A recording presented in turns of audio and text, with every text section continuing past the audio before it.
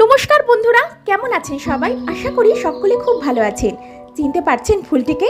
এটাই সেই dendrobium Sonia purple, যে ফুলটি দিয়েই বায়োফিলিক মনের যাত্রার শুভ সূচনা হয়েছিল।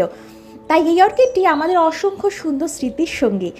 ডেনড্রোবিয়াম সোনিয়া পার্পল খুবই জনপ্রিয় একটি অর্কিড। বিশেষ করে বিয়েবাড়ি বা রিসেপশনে অনেক নববধূর খোঁপায় এই ফুলের ব্যবহার দেখা যায়।